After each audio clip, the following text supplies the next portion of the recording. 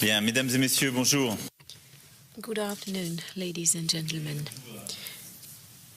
First and foremost, I meant to thank President Trump for his visit to Paris this afternoon and tomorrow morning, as well as thank his delegation. I was very pleased to be able to welcome President Trump and his spouse today. He accepted the invitation I extended a couple of weeks ago in order to invite him to join the ceremonies of the 14th of July tomorrow. I think it is both a symbol and very important that the President of the United States could be with us tomorrow on the occasion of our National Day and attend a military parade to which the American troops will take part. We will be also commemorating the 100th anniversary of the American troops joining World War I with the Allies and France. I think it is important because beyond daily news, we live in countries with roots which are deeper and go further and are beyond who we are.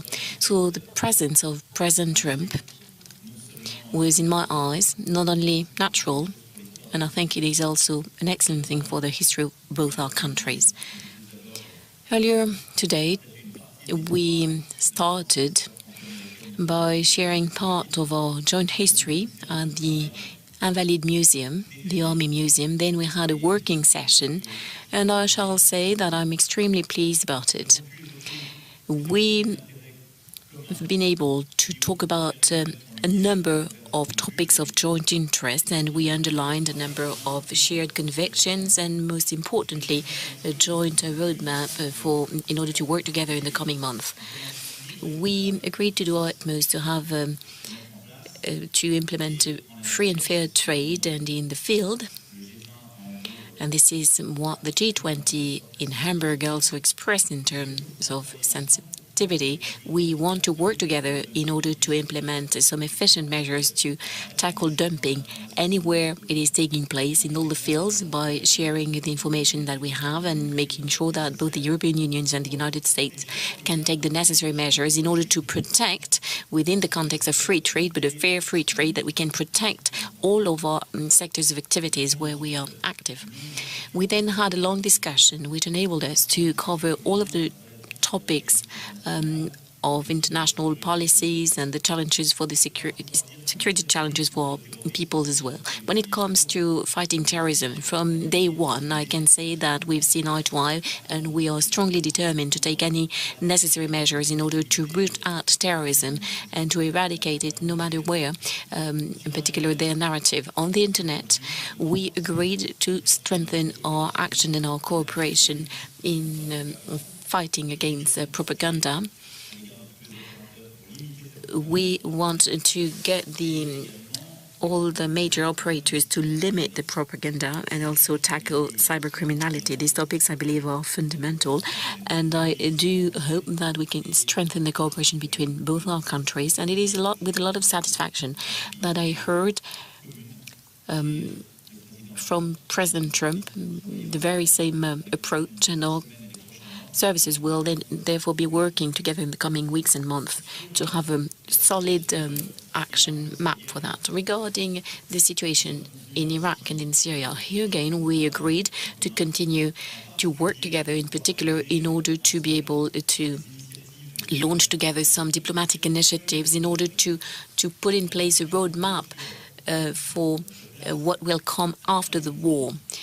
We talked about our role, our post-conflict role, but initially we want to put in place a contact group in order to be more efficient, in order to be able to support what is being done by the United Nations, in order to support a political roadmap, in particular for Syria after the war.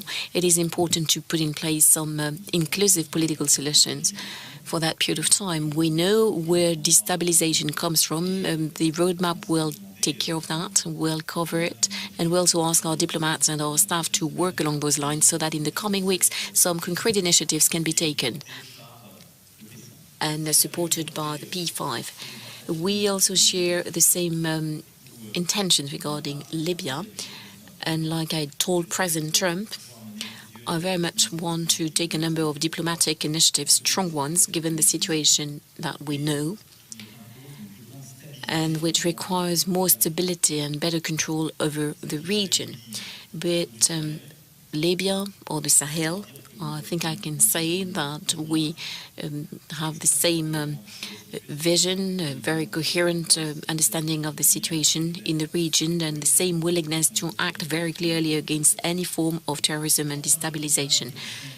Next, climate. Well, here we know what our disagreements are. We've expressed them on a number of occasions, but I think it is important that we can continue to talk about it. I very much respect the decision taken by President Trump.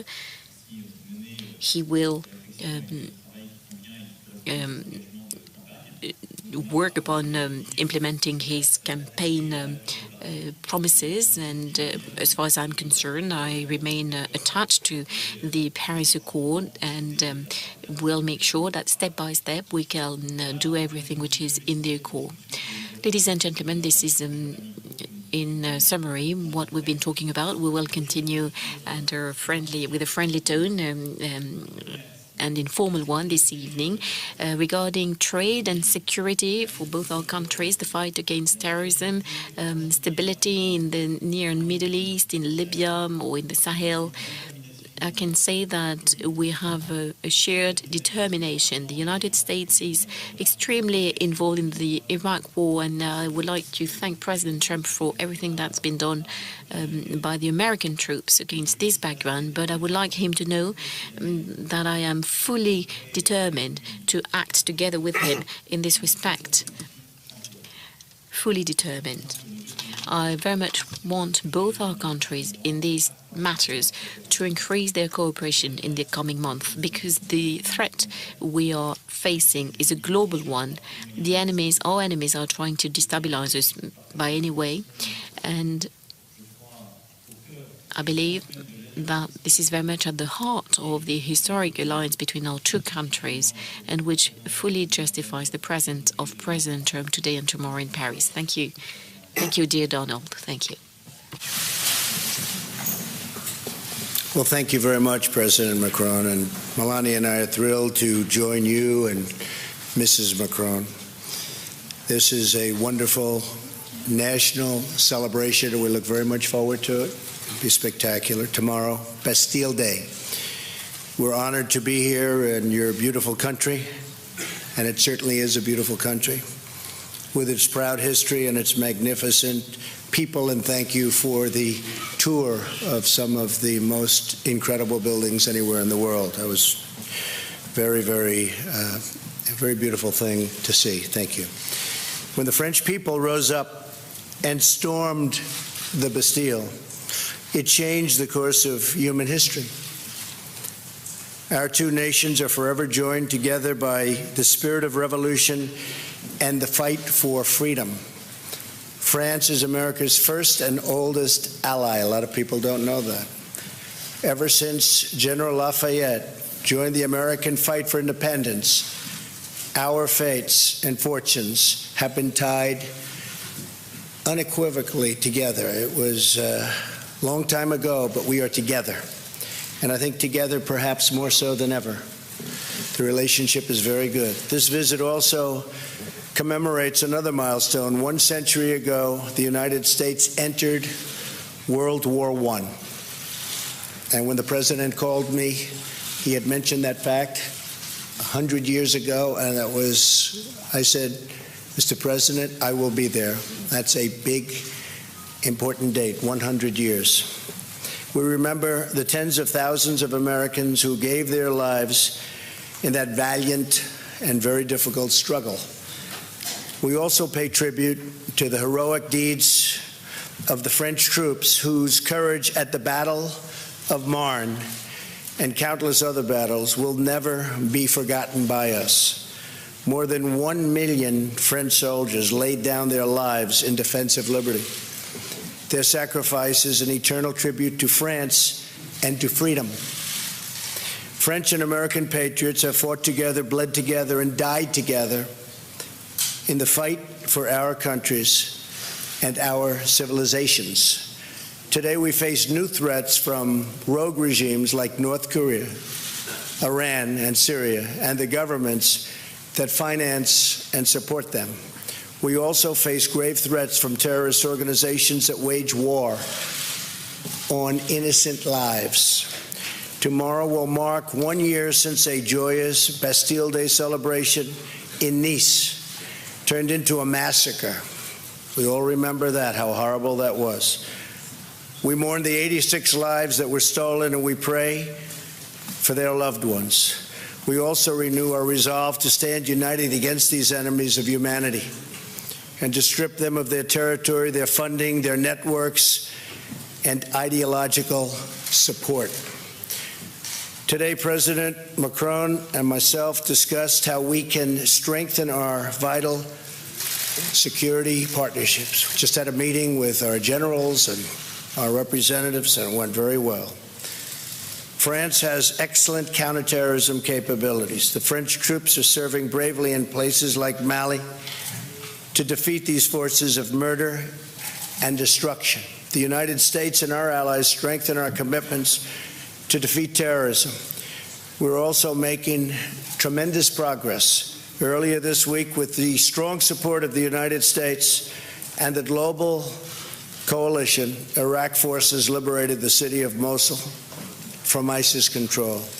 Now we must work with the government of Iraq and our partners and allies in the region to consolidate the gains and ensure that the victory stays a victory, unlike the last time. Last week, the G20 leaders also reaffirmed the right to sovereign nations to control their borders. We must be strong from within to defend ourselves from threats from the outside. The nations of the West also face domestic challenges of our own creation, including vast government bureaucracy that saps the strength from our economies and from our societies. For this reason, I applaud President Macron on his courageous call for that less bureaucracy. It's a good chant, less bureaucracy. We can use it too. And a Europe that protects its citizens. We did not become great through regulation. And in the United States, Mr. President, we also have cut regulations at a level that we've never seen before. So we're very proud of that over the last 6 months. But by allowing our people to follow their dreams, that's what it's all about. To achieve these dreams, however, we must also confront unfair trade practices that hurt our workers and pursue trade deals that are reciprocal and fair. Both President Macron and I understand our responsibility to prioritize the interests of our countries and, at the same time, to be respectful of the world in which we live. We live in a very complex world. We have to respect it. The United States remains committed to being a leader in environmental protection while we advance energy security and economic growth. The friendship between our two nations and ourselves, I might add, is unbreakable. Our occasional disagreements are nothing compared to the immortal bonds of culture, destiny, and liberty that unite us, so strongly unite us also. As long as we have pride in who we are, where we've come from, how we got here, and what we've achieved as free and democratic nations, then there is nothing we cannot accomplish together. France helped us secure our independence. A lot of people forget. In the American Revolution, thousands of French soldiers fought alongside American troops so that, as Lafayette said, liberty would have a country. Ever since then, courageous heroes from both nations have fought for the same noble values and the same righteous cause. Tomorrow, the French tricolor will once again wave proudly alongside the American Stars and Stripes. Our brave soldiers will march side by side, and we will all be inspired to protect and cherish the birthright of freedom that our ancestors won for us with their sweat and with their blood. President Macron, thank you for inviting Melania and myself to this historic celebration. To you and your spectacular country, may God bless France, and may God bless America. Thank you very much. Thank you. Thank you, Mr. President. Très bien. Nous allons prendre, je crois, 4 questions. Very well. I think we will be taking 4 questions. Et ni le président Trump ni moi-même n'avons. Neither President Trump nor myself have a microphone. Alors. He's getting first question, President. Voilà. Allez-y. Messieurs les présidents, bonjour. Alison Tassin. A question from LCI. Sir, a question first of all, President Macron, regarding what you said on the occasion of the press conference together with Chancellor Merkel. Do you still hope that President Trump, or did you still hope that President Trump could change his mind regarding the Paris Accord? And now, President Trump, is it possible for you to come back to the Paris Accord and change your mind? Next, regarding your relation, how would you describe it today? What about the dinner tonight? Is it going to be a dinner between friends? Well, regarding climate, well, we have a number of disagreements, which are in particular due to the commitments taken by President Trump vis-à-vis his during the presidential campaign. So did I. I'm aware of how important that is, but we therefore talked about our disagreement, and we actually discussed the matter even before President Trump reached a decision. Next, should that have an impact on the discussions we are having on all other topics? No, absolutely not.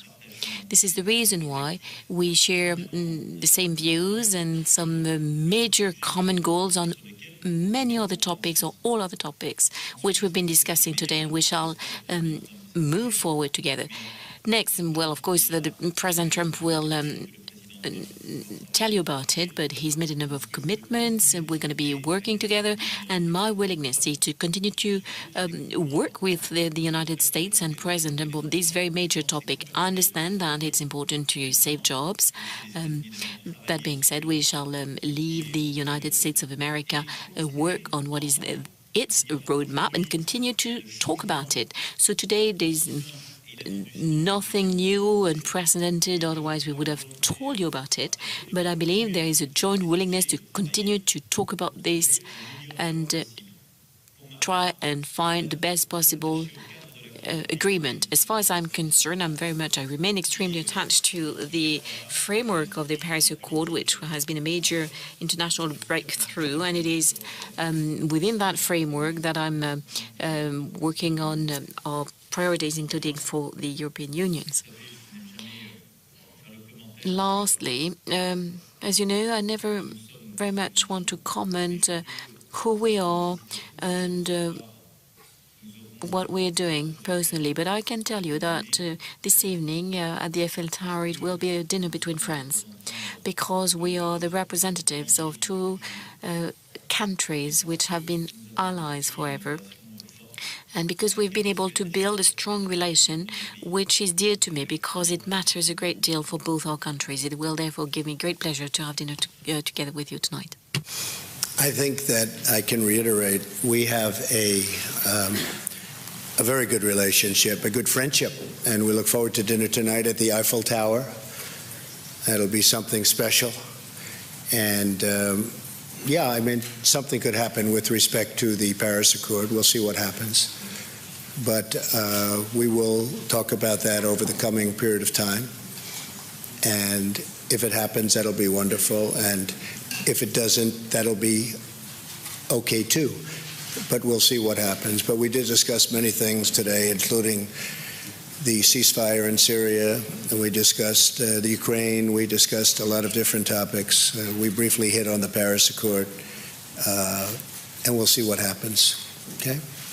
Yes, ma'am. Go ahead. Thank you. Merci, Monsieur President. Mr. President, your FBI nominee said if someone in a campaign got an email about Russia like the one that your son Don Jr. received, that they should alert the FBI rather than accept that meeting. Is he wrong? Also, were you misled by your team in not knowing about this meeting? And Mr. President, thank you very much. You have heard President Trump say that it may have been Russia, it may have been others who interfered with the U.S. election. Is President Trump taking a hard enough line on Russia as you see it? Merci. Well, I'll start off by saying, first of all, I believe that we will have a great FBI director. I think he's doing really well. And we're very proud of that choice. I think I've done a great service to the country by choosing him. He will make us all proud, and I think someday we'll see that, and hopefully someday soon. So we're very proud of him. As far as my son is concerned, my son is a wonderful young man. He took a meeting with a Russian lawyer, not a government lawyer, but a Russian lawyer. It was a short meeting. It was a meeting that went very, very quickly, very fast. Two other people in the room, I guess one of them left almost immediately, and the other one was not really focused on the meeting. I do think this. I think from a practical standpoint, most people would have taken that meeting. It's called opposition research or even research into your opponent. I've had many people, I have only been in politics for 2 years, but I've had many people call up, oh, gee, we have information on this factor or this person or, frankly, Hillary. That's very standard in politics. Politics is not the nicest business in the world, but it's very standard where they have information and you take the information. In the case of Don, he listened. I guess they talked about, as I see it, they talked about adoption and some things. Adoption wasn't even a part of the campaign. But nothing happened from the meeting. Zero happened from the meeting. And honestly, I think the press made a very big deal over something that really a lot of people would do. Now, the lawyer that went to the meeting, I see that she was in the halls of Congress also. Somebody said that her visa or her passport to come into the country was approved by Attorney General Lynch. Now, maybe that's wrong. I just heard that a little while ago, but it's a little surprised to hear that. So she was here because of Lynch. So, again, I have a son who's a great young man. He's a fine person. He took a meeting with a lawyer from Russia. It lasted for a very short period, and nothing came of the meeting. And I think it's a meeting that most people in politics probably would have taken. Mr. President? Yes, to answer your question, I will. Bien, pour répondre à votre question, je ne vais pas me mêler à la politique interne des États-Unis. Et je pense que c'est un bon principe que de ne pas interférer dans la vie nationale des autres. And I do believe that both of us have a relationship with Russia. President Trump had more than 2 hours meeting with President Putin during the past G20. The last G20, and myself, I had 2 very long meetings with President Putin, the very first one in Versailles and the second one during the G20, and this relationship is very important. We have a lot of disagreements. We have a lot of discrepancies, obviously, with Russia. But in the current environment, especially in Middle East, it's a necessity to work together, to exchange information, to share these agreements, and to try to build solutions. So that's my relationship with Russia, and we don't have, obviously, the same relationship as the one with the US, but that's a long-standing relationship with Russia as well, and I think it's important that both of us have direct discussion and contact with President Putin. One of the great things that came out of that meeting, by the way, even though it's not part of the question, was the fact that we got a ceasefire that now has lasted for, I guess, Mr. President, almost 5 days. And while 5 days doesn't sound like a long period of time, in terms of a ceasefire in Syria, that's a very long period of time. And that was a result of having communication with a country. So during that 5-day period, a lot of lives have been saved. A lot of people were not killed. No shots have been fired in a very, very dangerous part of the world, and this is one of the most dangerous parts of Syria itself. So by having some communication and dialogue, we were able to have a ceasefire, and it's going to go on for a while. And frankly, we're working on a second ceasefire in a very rough part of Syria. And if we get that and a few more, all of a sudden you're going to have no bullets being fired in Syria, and that would be a wonderful thing. Mr. President, you have a question? Troisième question. Oui, bonsoir, Monsieur le Président. Mathieu Coach. Third question from BFM TV, a question to President Macron. You went to Lausanne in order to support Paris' bid for the Olympic Games, and on this occasion you somehow criticized President Trump's policy without naming him. You said that France made a very clear choice to leave its border open and not to build walls to protect its people. Do you condemn the Muslim ban and the building of a wall between the United States and Mexico? Regarding Syria, as it was just mentioned by President Trump, does France stand ready to talk directly with Bashar al-Assad in the negotiation that you mentioned? You've mentioned a friend, Jim. We told you that Paris is no longer Paris. You were implying at the time that Paris was not safe anymore. You've also said that France and Germany are infected by terrorism, and, quote, it's their fault because they let people enter their territory. Those are very strong words. Would you repeat them today? And do you still believe that France is not able to fight terrorism on its own territory? Thank you. You better let me answer that one first. That's a beauty.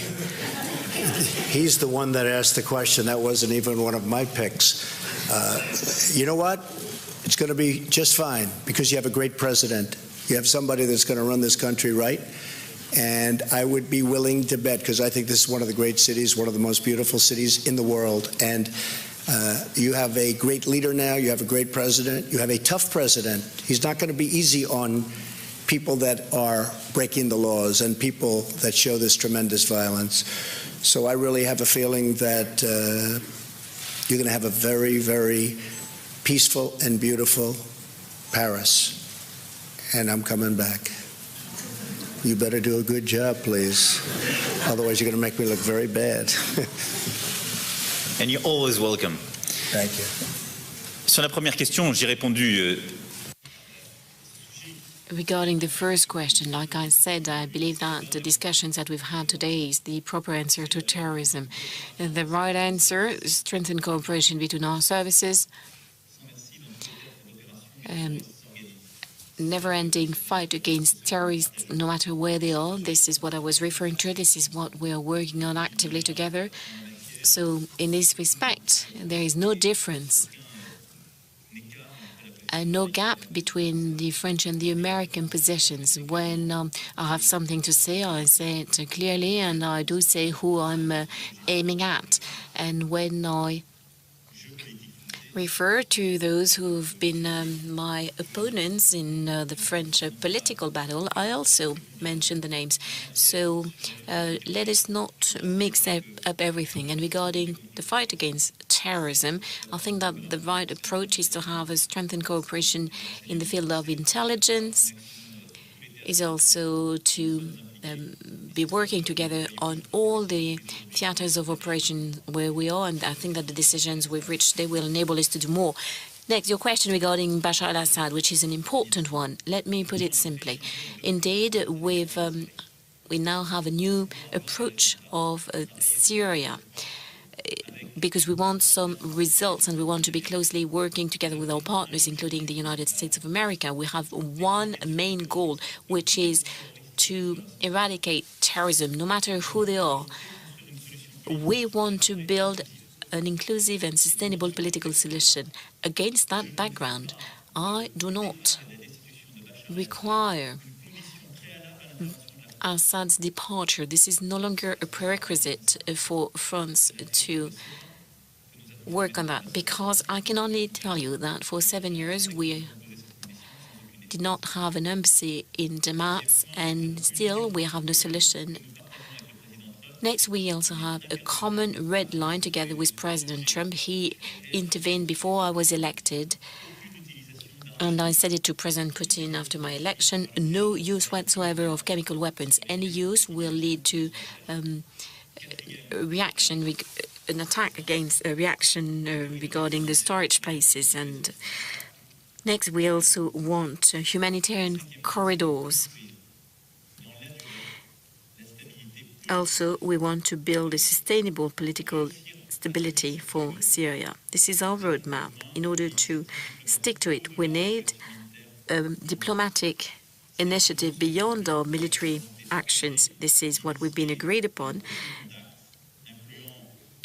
because we want to take an initiative with the members of the Security Council and a number of countries involved in the process. In the matter. Of course, there will be representatives of Assad that will enable us to put in place the roadmap for after the war. But there will also be representatives of the Syrian opposition and people with different backgrounds, and we will talk to all of them against that background. One last question for an American journalist.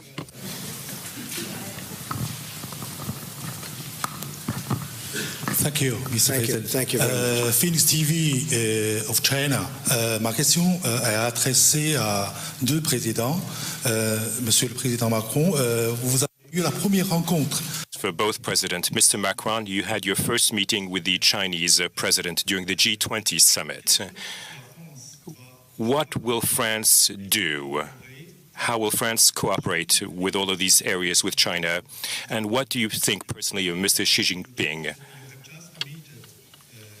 President during the G20 summit, and how do you want to continue to work with China, and what do you personally think about Mr. Xi Jinping? Thank you very much. Well, he's a friend of mine. I have great respect for him. We've gotten to know each other very well.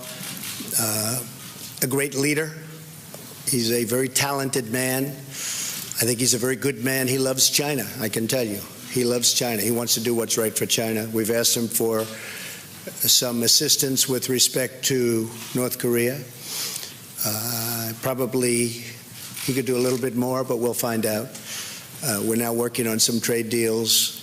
He's been very nice. He's let, as you know, beef go back in, certain financing go back in, credit card financing, and various other things go back in at my request, which is a great thing for our farmers. So a lot of good things are happening, but we're going to be working on some very major trade components. But President Xi is a terrific guy. I like being with him a lot, and he's a very special person. Okay, thank you. J'ai eu le premier entretien physique après une discussion téléphonique. I first talked to President Xi over the telephone, then I got to meet him in the margin of the G20 summit in Hamburg. Early next year, I will be traveling to China. We've agreed to it. So I cannot say that he's a friend of mine or that I know him very well, because I very much want to say things as they are.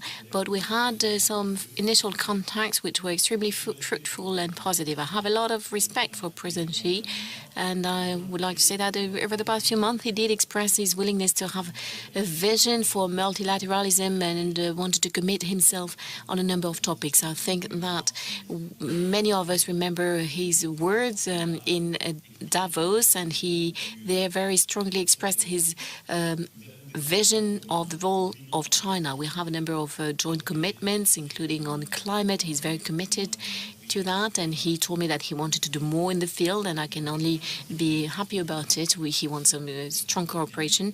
And like President Trump said, there are also the trade issues, and regarding a number of activities, there are issues, there are differences, but a joint willingness to sort them out.